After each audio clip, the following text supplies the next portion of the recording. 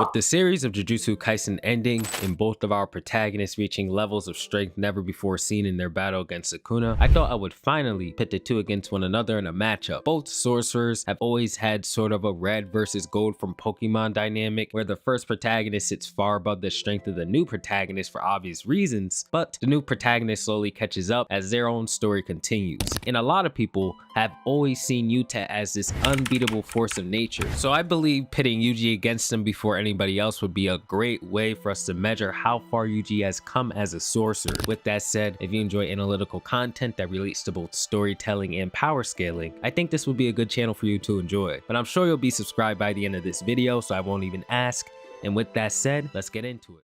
But before we get into that, Jujutsu Kaisen Phantom Parade, the first official Jujutsu Kaisen mobile game, has launched as of today. If you want a great start to the game, I suggest downloading now, as you can claim more than 7,500 cubes and an SSR ticket that allows you to select from 9 fan favorite characters, including Yuji and Gojo, as soon as you begin. You'll also be able to summon for even more characters or purchase AP with the cubes provided. And don't forget to invite your friends for even more rewards. In Phantom Parade, you'll be experiencing a turn-based mobile game that focuses on strategy alongside a massive range of diverse and powerful abilities. The options for battle are limitless. For example, there's a cooperative ultimate attack system. When 2 characters use their ultimate moves within the same turn, a chain effect will occur, allowing you to deal insane damage. And if the combo includes 2 characters that are familiar with one another, you'll also get special animations and dialogue between the two. Not only this, but the game has strategic play within it as well. Characters and enemies all have classes that are based off the series and interact with one another in certain ways. There are also functions such as counterattack and healing, allowing you to run versatile teams. The game also includes quality of life features such as auto combat, speed up, and sweep. And on top of all of this, there's multi-language support. You can play in Chinese, French, Spanish, Thai, so even if English isn't your primary language, you will be able to enjoy the game at your leisure. And the global launch celebration doesn't even end there. There will be extra events such as in-person events at Seoul, Taipei, and Los Angeles, the Blessing Collection event, and the Milestone Puzzle Challenge, where you can gain either in-game rewards or exclusive gear. Make sure you guys check out the official website for more information, hit the link below, download the game today, and join Yuji Itadori in battle. So before we actually get into how the fight would go, we're gonna have to go over each of the characters' individual movesets. When it comes to stats, both Yuji and Yuta are relative, but there are obvious categories that one just trounces the other in, and we should take that into consideration. So that's what I'll focus on when it comes to stats overall. It's no secret that the two are relative, so we'll first go over Yuji and what he has access to, then do the same for Yuta, compare the two, then the fight simulation to end the battle. Yuji and Yuta do have a lot, and I mean a lot of tools at their disposal, so I'm gonna share a couple of ways I think their battle could go, and then tell you guys who I'd bet on if I had to. Starting with Yuji, Yuji is easily one of the strongest characters alive at the end of the series, being narratively displayed as one of the 4 heavy hitters within the Sukuna ring, and he does lead the fight for the majority of its run. He's without a doubt on Yuta's level for those who doubt him. Yuji first and foremost boasts ridiculous levels of physical strength and tons of tools to either enhance his strength or make it more annoying to deal with when it comes to any opponent. Yuji has access to the Divergent Fist that basically allows him to use his curse energy to throw 2 punches with 1 swing,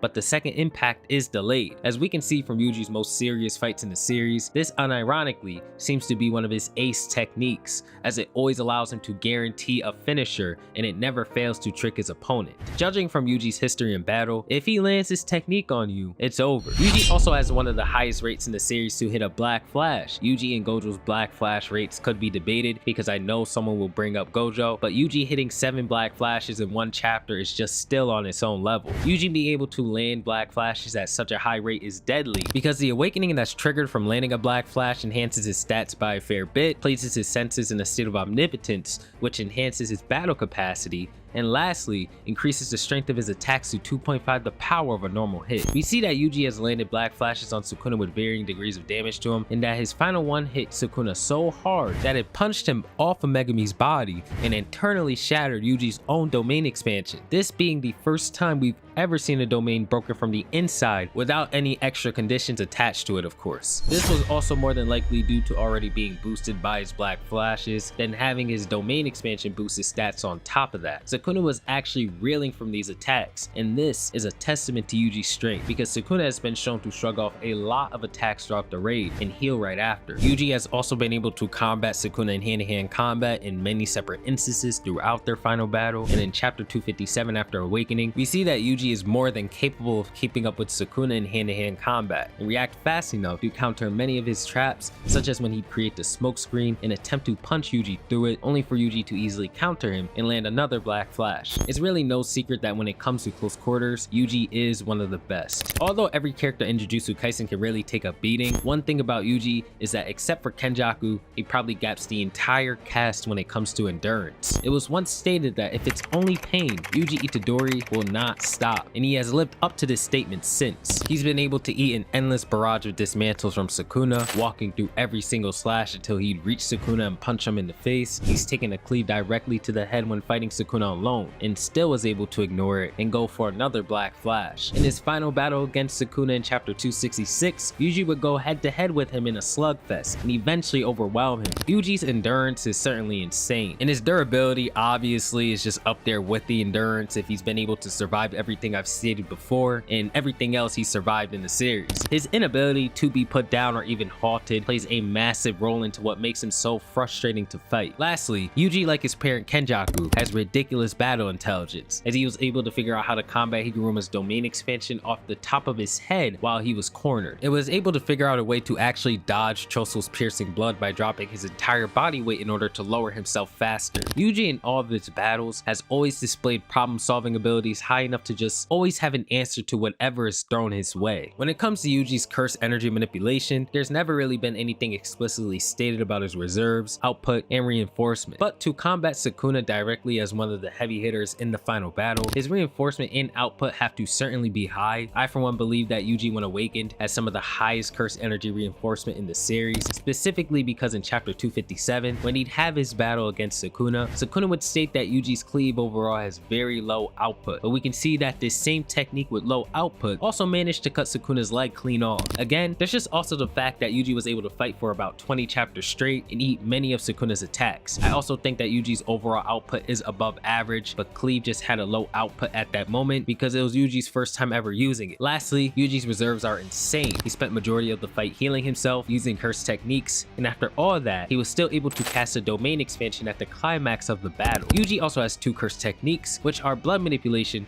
and shrine. When it comes to using blood manipulation, even getting to use it at a basic level requires a lot of training, and Yuji didn't even get much of that training during the time skip, so he really only has access to a basic technique that seems to allow him to explode his blood on a less potent scale than Choso's supernova. We see this in chapter 251, where Yuji manages to explode his own blood that was on Sukuna's face. Yuji is usually an up-close brutal fighter, so this could be more handy than it seems. He cannot use convergence on his own, so he cannot do much with the technique offensively besides the blood explosion. Yuji primarily uses blood manipulation to regenerate his body with less exhaustion on his cursed energy anyway. This is because the technique allows him to manipulate blood, so he's able to like instantly reattach any part of his body that may get severed and manipulate his blood cells to regenerate. It's complicated, but it works. When it comes to Yuji's shrine, it's actually lethal. He can use it in a way similar to Sukuna, where he's able to cut everything he gets his hands on, but unlike Sukuna, he cannot shoot ranged slashes. Yuji, when using this technique, was shown to be able to completely sever Sukuna's foot from his leg despite its low output, basically meaning that he'd be able to sever the limbs of anybody else Yuji gets his hands on.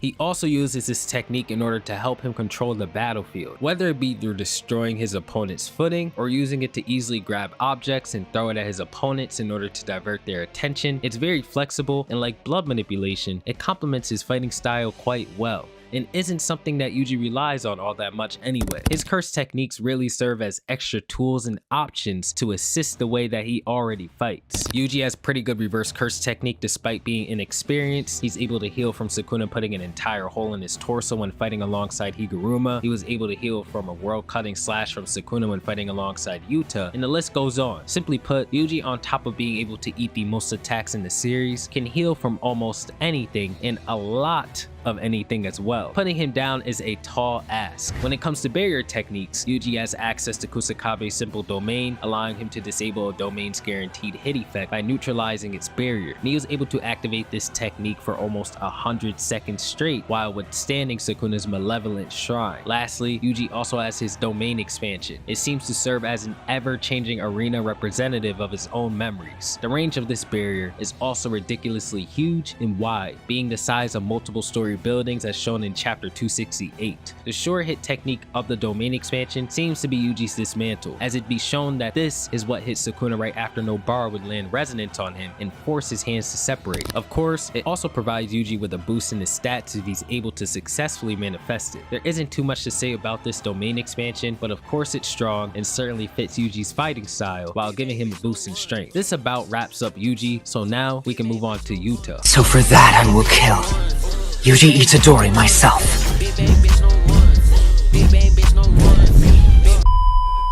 Yuta was always a very powerful sorcerer, being introduced to the series as a special grade, this title belonging to only 4 sorcerers in the entire series. Needless to say, he's strong. Yuta, like Yuji, has pretty great strength and speed overall. He's a special grade sorcerer, so of course he's up there with the best. In his most recent battles against Sukuna, he displays that he's more than able to physically damage and keep up in terms of speed with both Yuji and Sukuna in the battle within his own domain expansion. Yuta boasts one of the better close combat resumes because he's such a versatile fighter. He can throw hands well enough to at least hold off and defend himself against Ryu Ishigori for a bit before he'd be overwhelmed due to Ryu's ridiculous cursed energy output. Yuta seems to have proficiency with almost every weapon, as with Enrika, it's displayed that he has a collection of many different types. Yuta primarily seems to rock with a katana despite his massive arsenal. On top of this, Yuta has a great understanding of what it means to be a jujutsu sorcerer when it comes to his battle intelligence. And to elaborate on this, when Yuta would finally come across opponents that rivaled him in strength within the Sendai colony, it would display a lot of critical thinking in how he went about all of his fights and how he would handle each individual opponent. For example, he'd go to fight Kurushi with the intention of using nothing but raw strength in order to prevent other players from seeing what he was actually capable of before engaging them after. This is important in Jujutsu Kaisen because almost every battle of equals in this series has been decided by the element of surprise, not strength. So Yuta really understands that sorcerers are supposed to be con artists first, and with every piece of information that an opponent could have on him, his chances of defeating said opponent will drop. Yuta would also make tons of plays within the Sendai colony, finding many ways around Earl's sky manipulation ability and saving this same ability after copying it for Ryu, making Ryu shoot a beam at him point blank so he can deflect it upward, and then keeping Ryu in the same spot until the beam he deflected upward would descend upon him. To me, that is still one insane feat of battle intelligence and strategy that is easily up there with the best in the series. Moving on from Yuta's regular physical stats, we'll touch upon all of his cursed energy related stats. First, his reserves are what stand out the most. He was gifted with immense cursed energy due to being a descendant of Sugawara Michizane, so much that he has the second highest amount recorded in the entire series, below only the strongest sorcerer in history himself. Since Yuta has access to so much cursed energy, he can utilize his jujutsu to its highest capabilities, being able to coat himself in so much cursed energy that you cannot predict his actions like you could with anybody else, as most sorcerers give you an idea of their next move by seeing which part of their body is imbued with the most of their cursed energy. The reason why you can't predict Yuta is because he can maximize his entire body with cursed energy at all times. Yuta's reinforcement is so high that he was able to withstand and directly combat Ryu Ishigori, who boasts the highest output in history. Yuta has been shown to create massive shockwaves with this cursed energy, doing this in order to destroy all the cockroaches that Kurushi shot toward him. Yuta has also landed a Black Flash before, but this isn't something he's ever done again. I mention this only because those who have landed a Black Flash have an enhanced understanding of cursed energy itself. It's even been stated that the difference between those who have and haven't hit a Black Flash is night and day. Yuta also has access to the highest levels of reverse curse technique in the series, being able to even heal others with his own. Moving on to his unique abilities, Yuta first and foremost has the ability to partially manifest Rika in order to help him out whenever he's in a pinch. Rika, when partially manifested, is a very powerful cursed spirit that is directly linked to Yuta and can turn any battle from a 1v1 to a 1v2. She's also very strong, being able to hold her own against Sukuna when fighting him alongside Yuta and Yuji. And this is really only the beginning of what she could do. Yuta, when putting his ring on, could fully manifest her strength for about 5 minutes, not only increasing her strength, but adding many perks to both her and himself.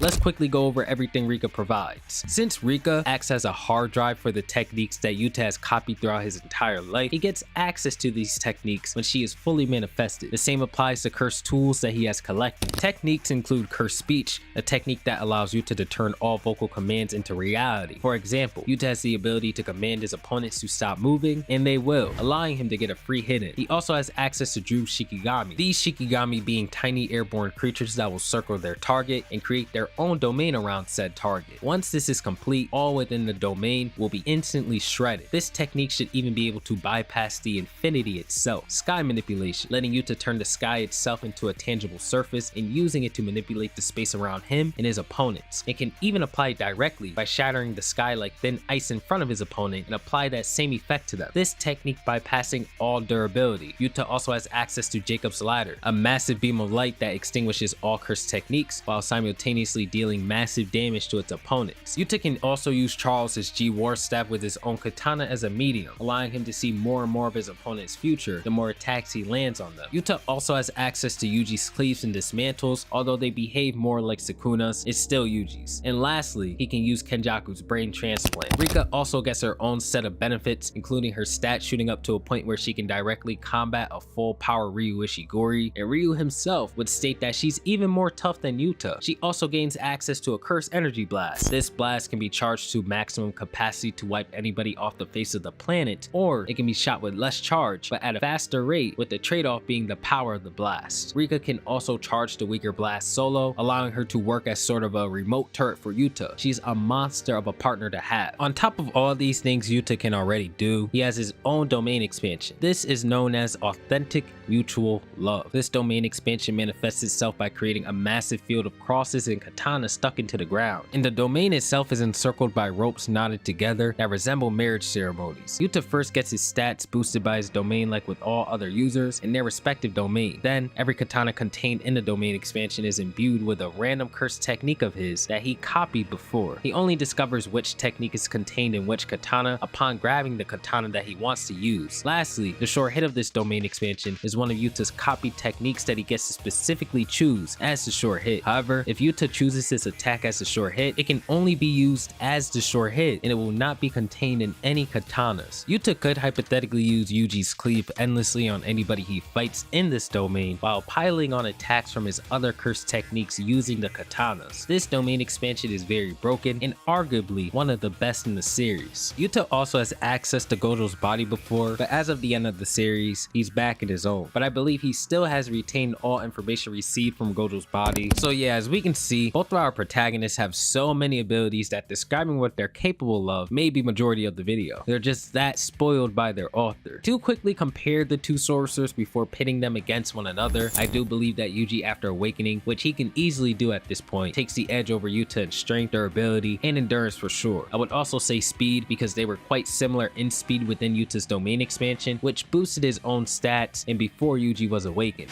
When it comes to battle intelligence, I think Yuta is far and away better than Yuji at creating a plan and strategy, but Yuji is just as witty when it comes to responding to such strategies off the cuff. When it comes to all stats relating to cursed energy, Yuta beats Yuji in every category, and I'd say they're about equal in techniques. Yuta has more of course, but he can only use his entire arsenal for 5 minutes, and Yuji doesn't rely on his arsenal as much as Yuta does. Now, we'll go over some ways I think the battle could play out with both fighters having access to everything described and bloodlusted of course. In every instance of their battle, I would see Yuta pulling out all of the stops ASAP, whether this be through his full manifestation or domain expansion. I say Yuta instantly would pull out all the stops because he wouldn't have any reason to reserve his abilities or hold back like he did in the Culling game within the Sendai colony. Here, he can go all out without worry of any opponent after Yuji. Yuji, on the other hand, will be locked in from the start as always, so no worry about that. If Yuta decided to fully manifest Rika from the jump and just go all out with his cursed tools and techniques, his best option would be cursed speech in order to prevent Yuji's movement. Nothing else would stop or contend with Yuji. I believe he'd even be able to eat a thin icebreaker or Rika's attacks and continue to still move forward. I also think when it comes to Yuji, he's going to land a black flash and fast. fast. Why? Well, because he happens to always land his black flashes when he needs them most, and if he gets to chaining them, it's gonna be an issue. If they do a decent bit of damage to Sukuna each time they hit, they're going to do massive damage to Rika and Yuta, and really anybody else in the series. Yuta does not want to be hit by that, and Rika would be in the front line anyway, so it'd most likely hit Rika a few times and end her manifestation early. Yuta at this point would use his domain expansion, and Yuji would likely clash with it, resulting in Yuji losing and being overwhelmed by Yuta's unlimited blade works. If Yuta decided to use domain expansion from the very beginning, he'd easily overwhelm Yuji there as well, as we have to remember, Yuta has a lot of skill with domain manipulation due to taking Gojo's body. He would more than likely win the clash no matter how it goes. Basically, if Yuta uses his domain expansion, which he will win. So I think Yuta takes home the victory most of the time. I will say this though, if domain expansions were not a part of the equation here, Yuji would more than likely win by landing multiple black flashes on Yuta or Rika